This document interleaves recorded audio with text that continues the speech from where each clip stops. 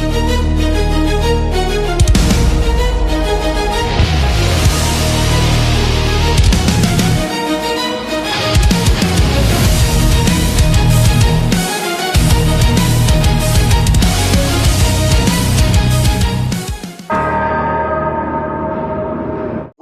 to the Mobile Magazine Live inaugural Maiden Voyage podcast. 2 years in the making, lots of threats to do this, and finally we are live today with a very special guest. I'm John Schmidt. I'm not the special guest. I'm John Schmidt, the founder and CEO of Mobile Next Level, an A to Z mobile service and pickup and delivery support provider. We have a magazine called Mobile Magazine, and what we're doing with our podcast is making the magazine live. We're bringing it to life by bringing in the guests that were featured in our magazine, as well as some of the other fun features that we do. We're going to cover mobile service topics and pickup and delivery hot topics. We're going to show some love to our sponsors and, of course, engage in some shenanigans. So without further ado, let's get this party started. Our guest today is Mark Mickens, the Director of Retail Strategy for ES3. And to tell you a little bit about Mark, he is a former dealer, general manager, fixed ops director. He's a mobile service pioneer and a guru. He's a father, a grandfather, a husband, a football coach, a philanthropist, a racehorse owner and trainer, and he sits on 347 boards. I'm already exhausted talking about him. He's also a strategic partner of ours, an advocate, and I'm proud to call him my friend and my brother. Welcome, everyone, to Mark Mickens from ES3. Yes, sir. Woo. All right. How you doing today, man? It's going good. I'm on 368 boards. You missed a couple. Right. Yeah. Oh, I did forget one footnote. He's the second most knowledgeable mobile service guy on the planet. All right. Yes, because we know who the first is. Well, So, in the interest of context, just so everybody knows, and this you see by the cover here, this is literally the cover of the magazine. It says "Howdy Partner." We're very fortunate to have partnered with ES3. I've got a long relationship with them and Mark through a lot of work we do. Basically, we cover their training, a lot of their mobile service training. And but Mark, why don't you tell these guys a little bit about ES3 and a little bit about the relationship? Yeah, great, John. It'd be my pleasure, and it's a relationship, obviously, that we honor greatly. Started out as a business relationship, and as clearly evolved into the fact that you and I are pretty inseparable friends. So I appreciate being on the show as your first guest. It's an honor, and I know that we've done a lot of these things together. So I get humbled by some of the things that people say about me when it comes to mobile service and my position in the space. But we've been at it for a long time, for a lot of different reasons. Not maybe the popular reasons that are out there now, but more so trying to survive. So So I mean, just great stuff we've done together. So ES3 is we're based in Michigan, and our company's been in business 23 years now.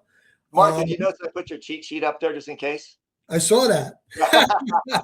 We've been in business about 23 years. I've been with ES3 4 years. Came on 4 years ago after I retired out of retail, because 40 years is enough of doing anything. And it was a really good time for me to see what else was out there and, maybe reinvigorate myself and find new things to do.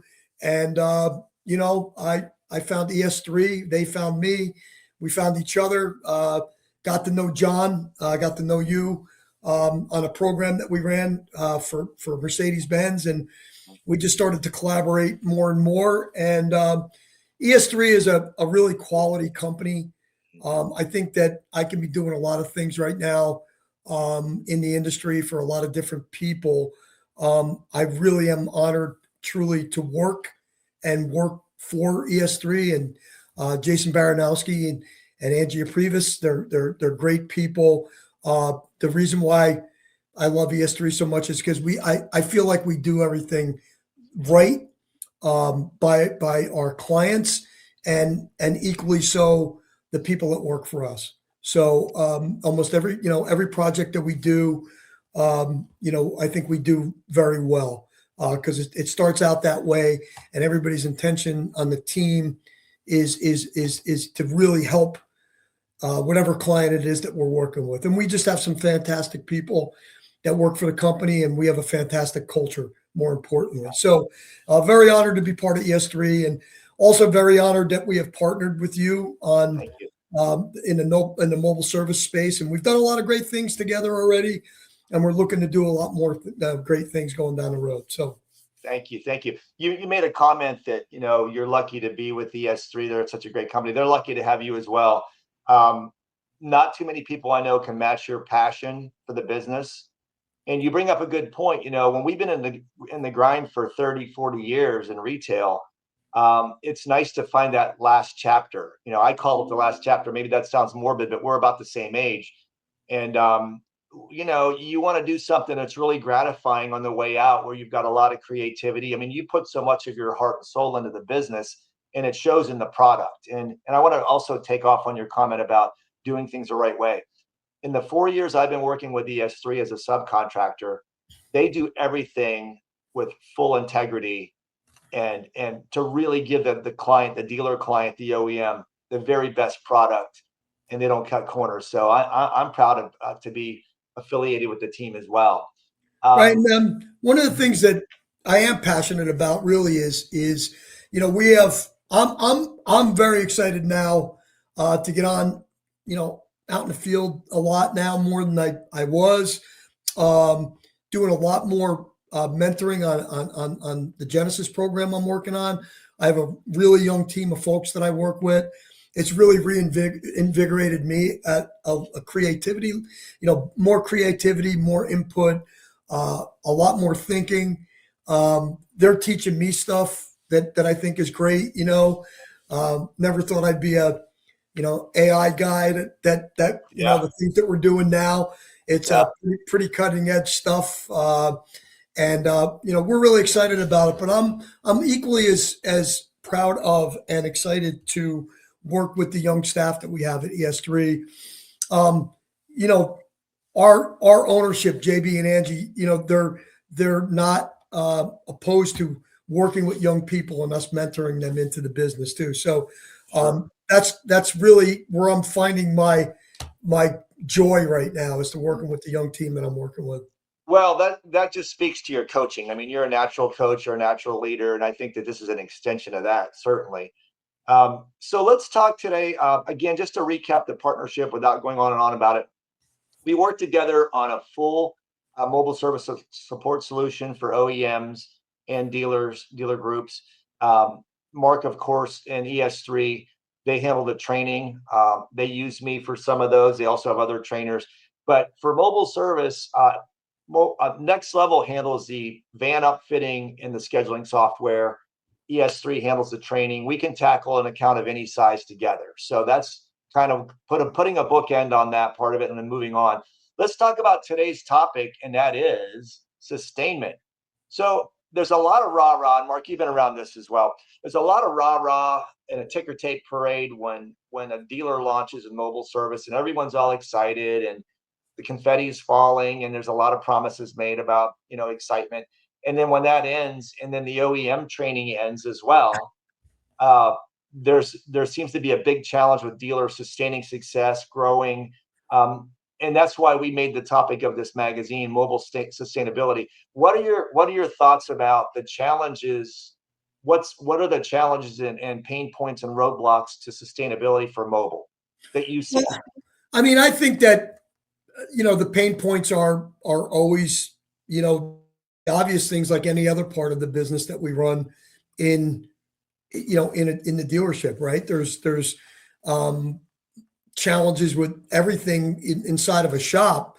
Never mind, now we're going out and we're going to be in the environment and trying to do most of the same things that we would do inside of our shop. So all the challenges that come along with it, you can name them off. Weather, traffic, integrity, Right. all the things that come into play. But I think that if you sit down with a team before you launch this, and you really define your why for you and your Yeah. team, Yeah. and why we're doing this, and why I'm going to set up the right business plan for why I'm doing my why. I think you have a better opportunity to be successful than you would if you're just doing it because a manufacturer told you to do it, or you're feeling pressure because a competitor, two stores down is doing it. Whatever Right. your why is has to Yeah. be clearly defined as a business decision. Yeah. Uh, I'm finding that there's a lot of noise in the space right now. As you know, there's a lot of people trying to get in the space, and rightfully so. Right? We have 18,000 dealers plus in the United Yep. States. Yep.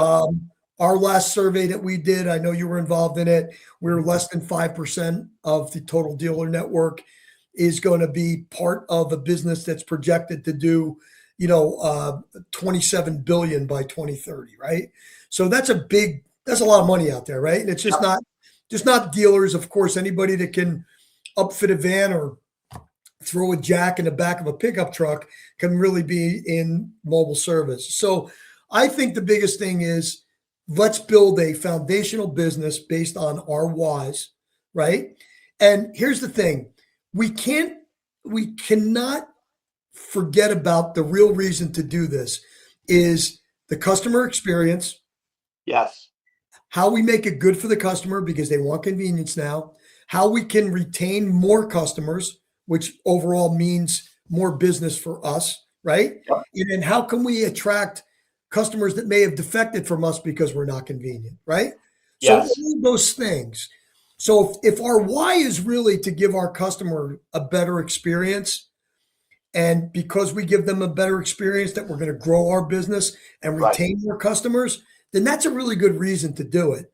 Yes. And it's also a really good way to sustain it over a period of time. Because if it becomes a profitable customer experience, Right.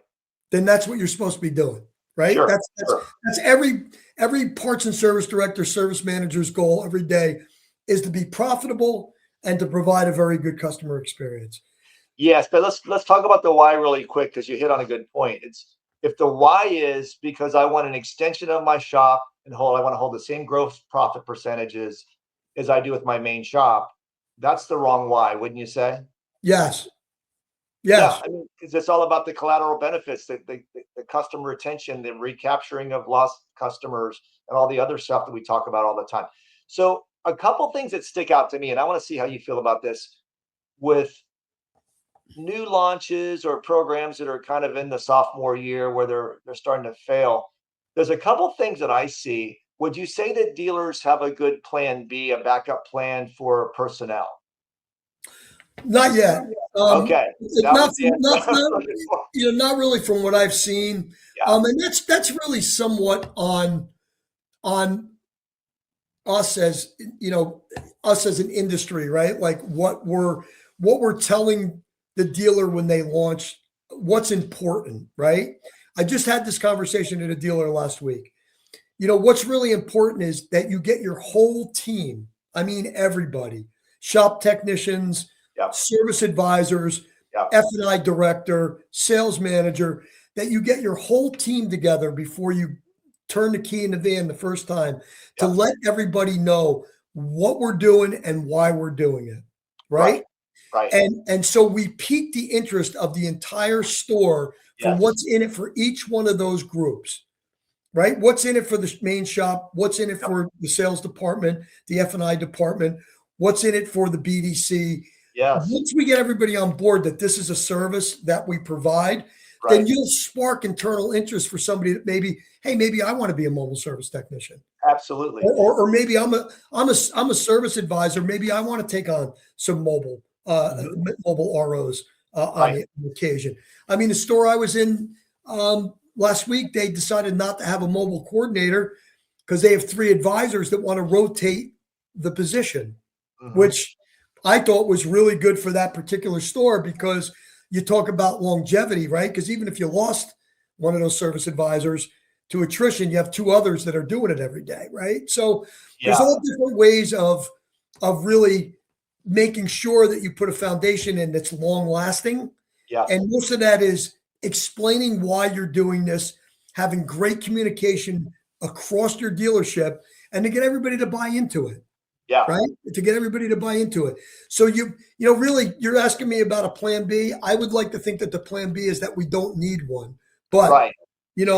The plan B is to get everybody in your store energized and rallying around this thing. Yep. And you always have some people that are interested internally, maybe wanting to be part of it. Yeah. And the specific thing too is once we establish the why and we bring everybody in and we get everybody excited about and understanding the bigger vision of it, the thing that I would always try to impress upon the dealers when I'm in there is like, what happens if your technician suddenly quits or you need to terminate them? Who's your go-to person? And Right. almost without fail, there's not a backup person. And I'm like, No. you can't, we know we can't run our business and build our house on one person who may or may not stay. And so what I try to encourage the dealers to do is let's get that van out in the middle of the shop. Let's open the doors on. Let's put it on the showroom. Let's get everybody crawling all over it and getting excited about it. And then you'll have takers come out of the woodwork. Hey, I'd like to try that, And I Yeah, just feel like that's what's missing. It's a great point. I mean, one of the foundational pieces that we do teach, and I know you and I do this the same way, is that we want to know who the backup technician is, right? Because yes. People need vacation, people call out sick, people quit, Yep. all those things happen. And Yes. that person also has to take rotational turns, right? Yep. So on the day off, if somebody's off a day off, they need to take a rotational turn in the van, right? And Right. And it can't be, once every 6 months, right? So you got to try to plan those rotational days, and it's something that we really recommend. Like on Wednesday, John, you're going to stay back today. I'll get you some work to do, and Mark's going to take the van out just so he stays fresh on the process, right? Fresh is the key word. Yeah, right. Exactly. So that's the plan B, and that's something that, I know we didn't think about that 4 years ago, but we're thinking about it. We think a lot about it now. Absolutely. Because that's really a best practice or a solution that we've learned about, right? So, Right. We've never stopped learning either. So those are things that we're saying, like, why is the van parked? Inevitably, the answer was my guy quit. Yeah. Right. So the van. Who's your backup guy? Well, we're trying to find a guy. Right. Or gal. Yeah. Right. So now you have this, you have this investment. Who knows what the investment is? It could be, $200,000 investment that's going to sit outside because you don't have another guy. So we do coach that into the process now. Right. And really, you can't let that guy just be the backup guy. You got to give him a rotation once in a while to make sure he stays fresh and he can go out and do it. Absolutely.